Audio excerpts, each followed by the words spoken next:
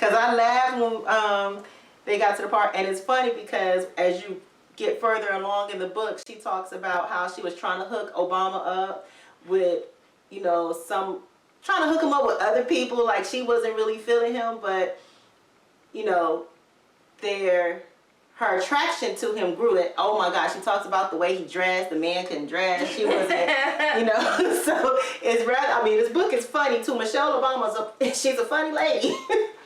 She is. But she talks about that, and I think it's so funny. And then their attraction grew. Yeah. Because of their connectedness. Because they could connect on a level that I don't think. She's had boyfriends in the past, but I don't think she connected, just reading the book, to those boyfriends the way she connected to Obama. Yeah. And certainly by the time that he left, you know, from his externship or his internship. Yeah, I think that's what it was. They were boyfriend and girlfriend. Yeah. If you seen the movie, is it called Southside? Southside. That doesn't. It doesn't. No. It doesn't do it. It doesn't. Like it doesn't do it any justice at all. She was talking about on chapter 8 about the relationship when he went to his internship. He was late on day 1. Yeah, so that's just kind of. It like was like a tick against him. Like, you're late. You're late. I'm not. And she was sitting there waiting. Like, are you serious, dude? Where is this dude? Yeah. Right. But I guess that was kind of like, I can't recall, but I think Suzanne was kind of like that too. Suzanne just kind of went with the flow. Yeah. Of things. Oh, I don't think I want to do this year. I'm gonna do something else. Right. So, you know, she was. But I think that's what gave her the ability to not necessarily tolerate President Obama, but to just be like, you know what? Right. There are just different ways of being. There are just simply other ways of living. Exactly. Yeah, and I mean, their love story is just, it's too cute. It really is. And the way she talks about President Obama, you can tell her deep adoration for him. Yeah. How much she just adores her husband, admires him. Like, when you read further along in the book, you get the sense, and not even get the sense, it's not even assumed. She comes out and so much as says that, you know, he knew who he was. He was confident in who he was, and she was still trying to figure it out. Right. You know, she was still trying to figure out things. He's like 3 years older than her or something like that. Something like that, yeah. So it was shocking to her, I guess, from what I gathered, that he lives his life smoothly and yeah, like he just, you know, okay, how do you do that? He was more in line with what, how do I want to say this? Not goal, that's not the word I'm looking for. He was more in line of what could he do for other people, and how. You know what? I just put together time, about what her father said about time. Oh yeah, he gave time to other people. Time is a gift that you give to other people. Yeah. So that is like his purpose. Purpose is the word I was looking for. Okay. Sorry. No, go ahead. No. The purpose was he's more in line with his purpose. Yeah. And what his purpose was from then to now. Yeah. He was more. And I feel like especially in this book, when you see younger Obama here in their relationship, you get a sense of what his presidency was more. You know, like it was more an understanding, a more sense of what his presidency was all about, and what he's still about today. Well, when she was talking about, I mean, she talks so much about him in this because in the next couple of chapters, it's called Becoming Us. That part is like, this book is like an outline. Right. The first couple from 1 to 8 is Becoming Me, and then 9 to I think the 16 or no, something. it's the end of the book. It's Becoming Us. No, it's not. It's Becoming More. Oh. Becoming More starts at 281. I see it.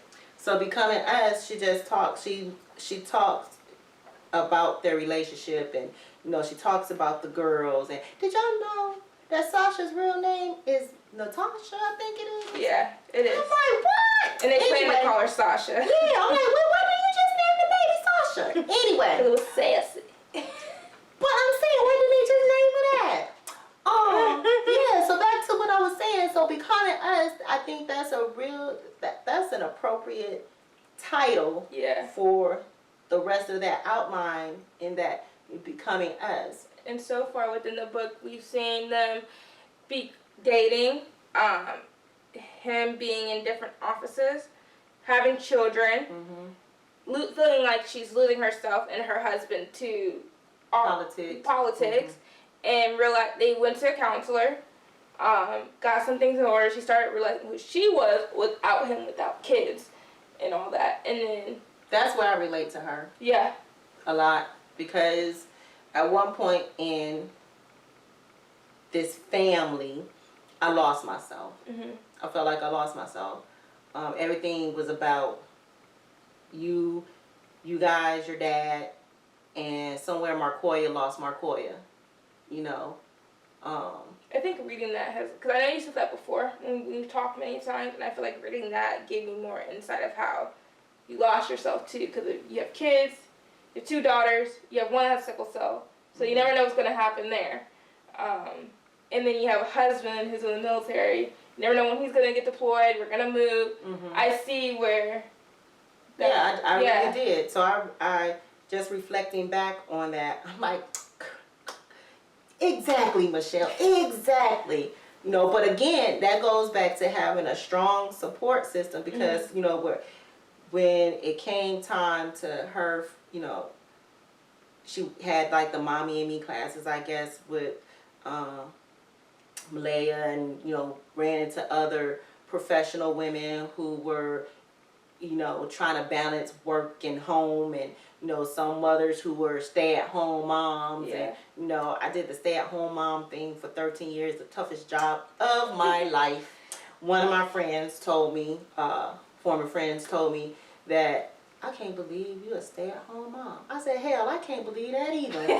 Because who would have thunk it? Sure. You know, but yeah, so just that transition, that can be very difficult. But once you find out and figure out who you are outside of your husband, outside of your, you know, children, that's when things kind of flow better.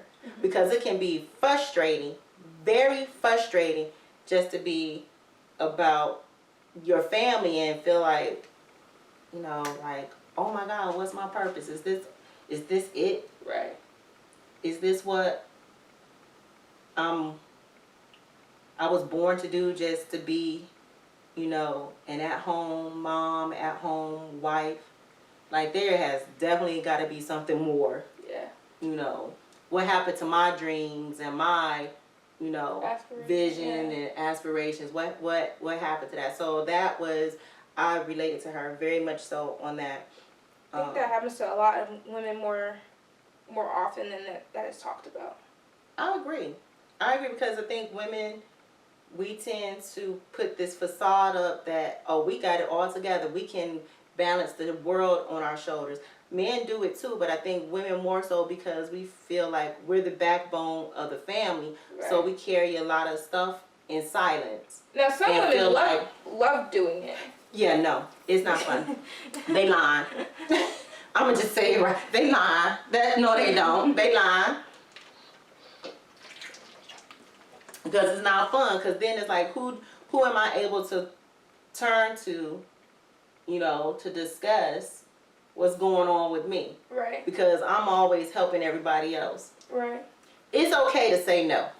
Yeah. It's okay to say no. That reminds me, when she started going back to work after she had Natasha, or Sasha, after she had Sasha, when she went back to work, she laid it out to the person she was interviewing with, that this is what I demand, this is what I need time to go spend time with my daughters and go to classes with them.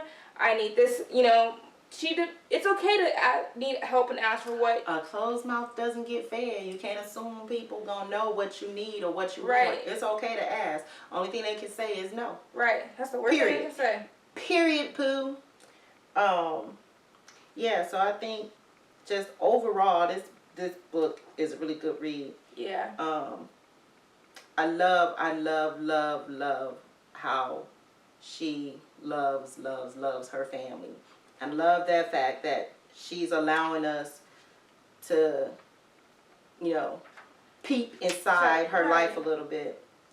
I think that reading this had, I don't know, like I've read many books before and had like, a lot of quotes, but I think this book's quotes have really spoken to me. Mm-hmm. Where I'm at in life and wanting to go out and do different things and just realizing like don't let anybody hold you back. It's okay to ask for help. It's okay to pursue your dreams too. And just have a balance. Yeah. It's funny here, their idea of marriage were Two completely different things. right, Yeah. opposites. President Obama, like, what do we need? You don't, it's just a piece of paper. What do you need to be married for? Right. You know? And because Michelle Obama grew up with both parents and she had a different relationship with marriage than President Obama, but, you know, how he proposed to her Was funny. cracked me the hell up. Was hilarious. He purposely started an argument with her. Because they were both lawyers. They And both went to law school, yeah. Right, and it's funny how she say how they will argue. It was like being in the courtroom, I guess. That's how I envisioned. I could see her sitting at one table and President Obama sitting at another table, and both of them just laying out there, you know. Here's the evidence. Right. Here's why. And the facts and the oh God, doggy, I lost my word. Shoot. Okay, I forgot my word, but just laying out the facts. But when you read, when they go to the, because they went to a marriage counselor, and the marriage counselor would have to stop them from doing that. Right. Right. Stop talking like lawyers and talk like people. Right. So he's like, I like how they realized that they needed to go see someone. And it's okay to do that. Like, do not be ashamed of it. Look, I'm going to see someone when I get back home. Like, just because having sickle cell is hard, and it takes a toll on you mentally, too. Yeah. So it's okay to get help. And I'm proud of you for doing that. Thank you. I'm nervous, but... You should be. But, I mean, it's something new. Yeah. I wouldn't expect anything less of you. Yeah. But I think it's needed. And, like, for them to realize that they needed that and a shift in their relationship change. Because she laid it out, like, the girls are going to bed at a certain time, we're eating dinner at a certain time, so now it's on you. To make it on our schedule. Right. Yep. Like, she wasn't going to have her daughter stay up anymore to wait for daddy to give hugs and kisses. You just have to get it when you get it. I mean. Right. And, like, it's on you to come to, if you want to eat dinner with us as a family, it's on you to get there. Get there, yeah. And I just thought, wow, yes, you have to have those boundaries and separate work from home. Mm-hmm. So, I was like, you could see how work and home were mixed together, and it wasn't a balance. Right. And it was frustrating because she'd be like, he would say, I can summarize this, it might not be exactly right, but he would say, I'm on my way home. And she said, on my way home was more of a, like, a goal that he was stopping somebody else's office for 45 minutes or getting a quick workout. Right. And it'd be like, he was on his way home, but she never knew what my way home meant. What stop was he going to be. Right. So I thought that was interesting, and then they went to go see the marriage counselor, and life shifted. She started going, she woke up at 4:45, went to a workout at 5 with a girlfriend. Her mom would come up in the morning. And she had a job too. She would sit with the babies, and Michelle would go work out and come back home. She had a balance. She had a balance going. And it's okay to have a balance. Right. Right. I'll say this. I think this is chapter 11, when he finally, I guess, got into politics.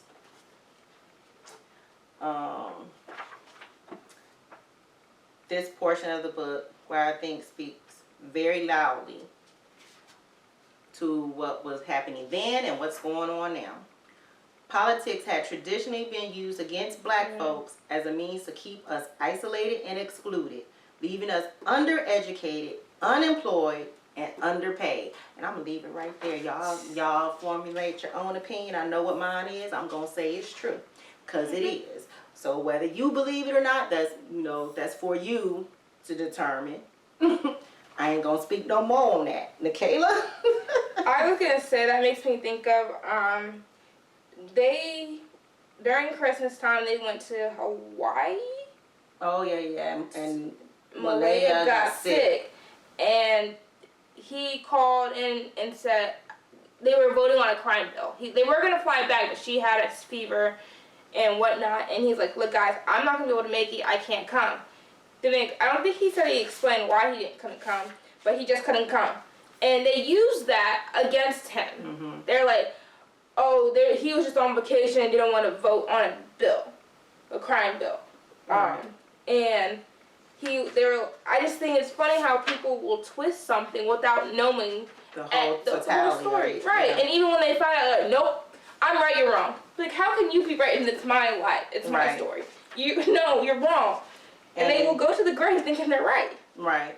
And it was obvious that his family, his child, was more important than that bill. Right. Michelle already had it up in her mind, well, I ain't getting on the plane. My baby's sick. Mm-hmm. That you decide what you want to do. It's up to you. You can tell in the back of her head, like, okay. I don't want you to go. Right. But that's your choice. And unbeknownst to her, he was making arrangements to fly back when his family was flying back. But he was criticized during his presidency, for the choice he made for the good of his family. So, but then that's also that back how people are backbiting and they always want to get what you have, not knowing how you got there. Like, would they really want what you have or where you are if they knew the struggles you had to endure to get there? Right. So, yeah, when I read that, I just had to shake my head. Like, I wouldn't expect anything less. Right. It was the same thing then. Same thing now. I wouldn't expect anything more. Right. So, and that speaks volumes about those persons' personal lives and homes. You would prefer to be out and your name known as opposed to being with your wife or your spouse, taking care of your sick child because, this is more important. So that tells me way more about you and about your character, I was going to say to that, it made me, since Dad's in the military, it made me think all the times I was sick, those people who said those things like that behind his back. You're like, oh, so you rather be with your child, or you rather go take some other business over service. He's doing a service for me. He's still doing service. Right.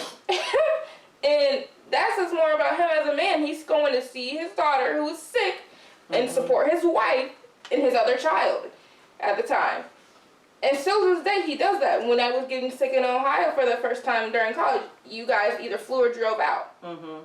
And so sometimes they wouldn't tell me.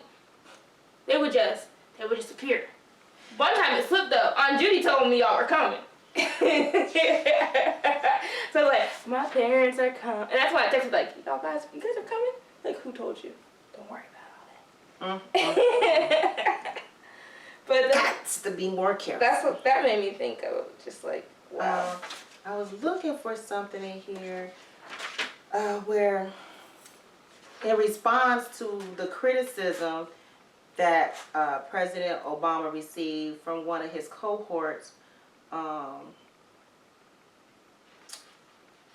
when Malaya got sick. I was trying to find that, but in short, his response was pretty much,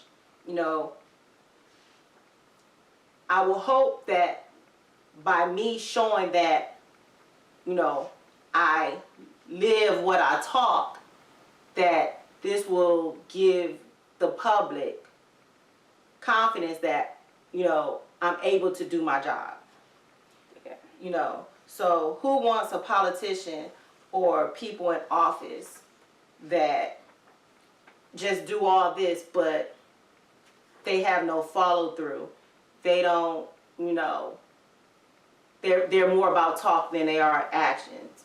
So that's what it said in short, and I wish I could find it because certainly it said more eloquently than I put it. I just kind of summarized it, and to slim it down some more, don't talk about it, be about it. So, you know, that in response to his naysayers, you know, or those who were trying to say, I can't believe he did that, you know, that's why the bill didn't pass. It's his fault. Right, but it wouldn't have passed anyway. Right, because it was 4 other people who couldn't make it because of family issues or something personal. So I mean, it's just a